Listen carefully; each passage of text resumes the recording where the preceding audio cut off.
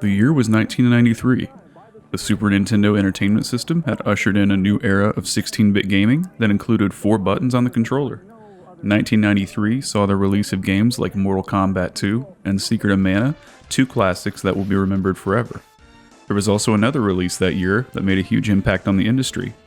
On December 17, 1993, Capcom brought about a game that would change the Mega Man franchise forever. That game is called Mega Man X.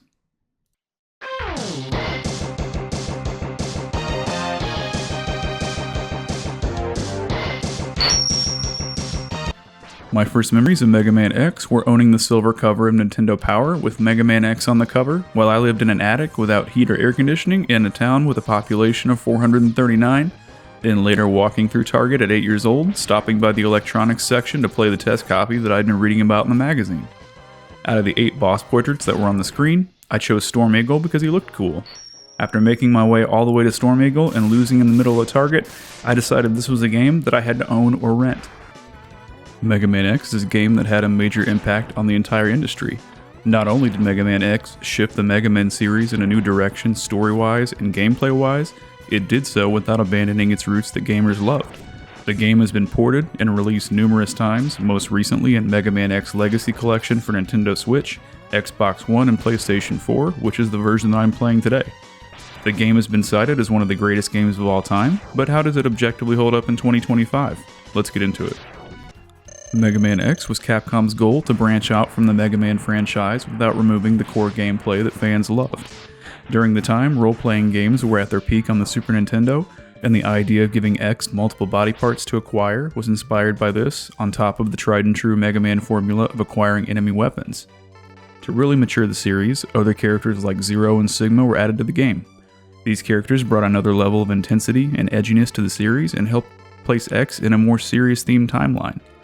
The game was highly publicized as Super Mega Man until the name Mega Man X was adopted.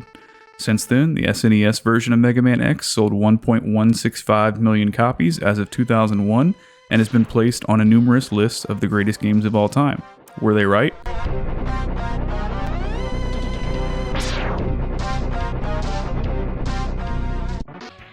First, I'll talk about the graphics. The move into 16-bit graphics really revitalized Mega Man at the right time. No longer did we have single-color backgrounds and blocky sprites. Those were traded in for colorful, inspired backgrounds and more colorful, detailed sprites. Removing these limits also allowed Capcom to greatly vary the size of enemies, such as the Mavericks, Flame Mammoth, and Spark Mandrill, and some of the sub-bosses. This game looks wonderful overall, and still holds up well to this day. It's easy to see the level of attention to detail that developers put into the game. Mega Man now had a more advanced, modern character with an all-new X-Buster. Even simple things like the X-Buster charge shot look leaps and bounds over anything possible on the NES, not to mention other details from weapons acquired from Mavericks. The Super Nintendo allowed for the use of advanced lighting and glowing effects, in addition to the greatly improved overall visuals. Maverick bosses now even have the ability to disappear and reappear from the screen, adding additional layers of complexity to boss battles, like Boomer Kuwanger's face shifting. Second, I'll talk about the music and audio.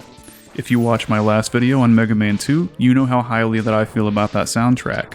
While I don't find myself humming Mega Man X songs nearly as much as Mega Man 2 songs, I'm going to go out on a limb here and say that Mega Man X has at least as good of a soundtrack as Mega Man 2, if not better, and I would definitely say that it's more polished.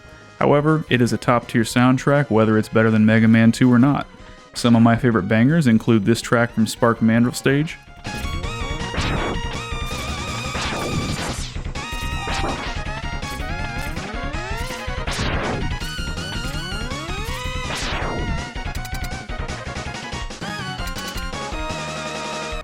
and let's not forget about this unforgettable track in the Storm Eagle stage.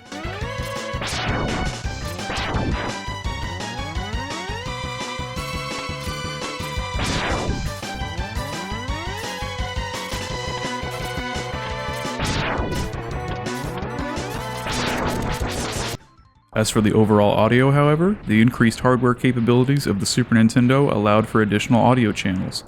Gone are the days of blaster shots, health pickups, or anything else taking a line of audio out of the background track, like in the NES days.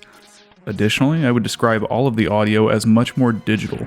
The entire game's soundtrack does have a very futuristic, industrial, robotic sound to it, and the MIDI files in many areas sound like it could be a guitar ripping, and the blaster shot sounds have a very digital, echoing feel. It's just a very large step up in every way, graphically, sonically, and everything else from predecessors. Now in my last video I recommended a channel called The Covers Duo for Mega Man 2 on guitar, and that still holds true here for Mega Man X on guitar. This channel has a total guitar playthrough of both. Now let's discuss the gameplay. Mega Man X introduces many new mechanics into the series, none of which I can complain about. First, if the player selects the correct stage for it, Mega Man X quickly acquires a dash.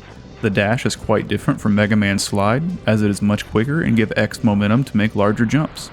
In fact, the overall pacing of things here is much faster in general, something that I'm sure most people were very receptive to. Dashing can be performed by pressing circle or A on the SNES pad, but if you're anything like me, you probably choose option 2, the double tap. Double tapping allows for much faster action, which is needed quite often to remain in control of battle. X's Buster functions very similarly to Mega Man still, albeit much better looking. As mentioned earlier, Mega Man X can find 4 upgrade pods to increase his powers and abilities. These include the previously mentioned dash, a damage reduction, an upgraded buster along with the ability to charge Maverick weapons, and the ability to break certain blocks with a headbutt. I personally don't care too much for the upgraded buster, I like to time my shots to fire blue instead.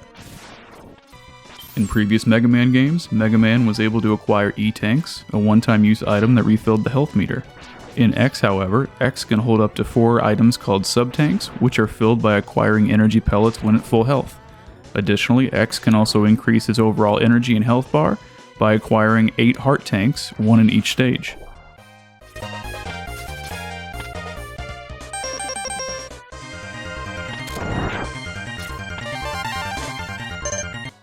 As far as the overall flow of the game, it's very similar to previous Mega Man games. There are still 8 Mavericks, formerly Robot Masters, each with a themed stage and a unique weapon that X can acquire. All enemies still have at least one weakness to another weapon, a Mega Man series staple. I find most of these weapons useful, with maybe the exception of the Fire Wave, which I only use a single time to get a heart tank upgrade. As was the case with Dr. Wily stages, there are also Sigma stages after defeating the Mavericks. These levels are challenging, especially the first one having 2 main bosses, 1 side boss, and a couple of areas of platforming that are quite difficult.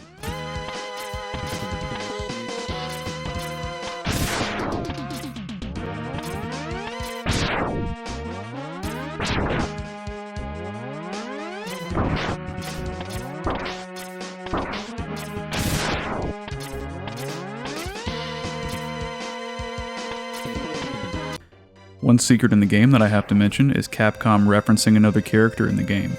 There is a 5th secret X upgrade pod in the Armored Armadillo stage that gives him access to Ryu's Hadouken from Street Fighter. This is performed with the same inputs, but only at full health. The Hadouken will one-shot any enemy in the game, with the exception of the very last boss. Finally, I'll talk about the story. As we enter the times of X, we actually begin forming a real story here, beyond the very light story of Mega Man. If you don't want any spoilers, now is the time to move to the next section. While more details behind Mega Man X wouldn't be revealed until later in the series, Mega Man X takes place approximately 100 years after the events of Mega Man in the 22nd century. A scientist named Dr. Kane found the ruins of a robot research facility ran by Dr. Thomas Light. In these ruins, Dr. Kane found a stasis pod containing an advanced robot with human-level intelligence and the capability to dynamically increase its power. This robot is Mega Man X.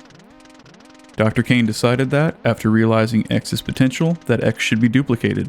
Unfortunately for the world, as X had the ability of free thought and making his own decisions, so do these Reploids, many of which chose criminal activity and were named Mavericks.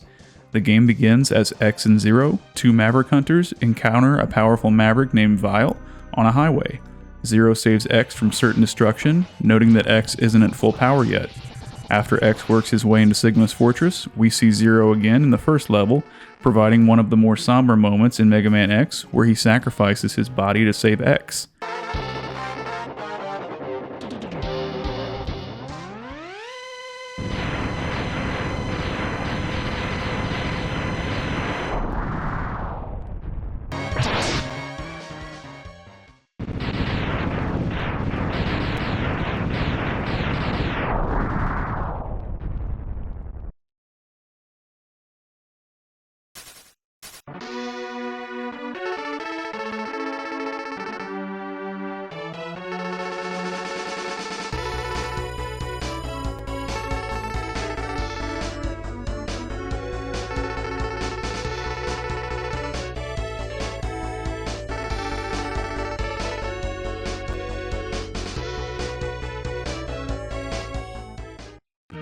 After X makes it all the way to Sigma and defeats him, we learn that Sigma isn't confined to a single body, and begins to realize that we will be fighting him for a long time as he assumes new forms.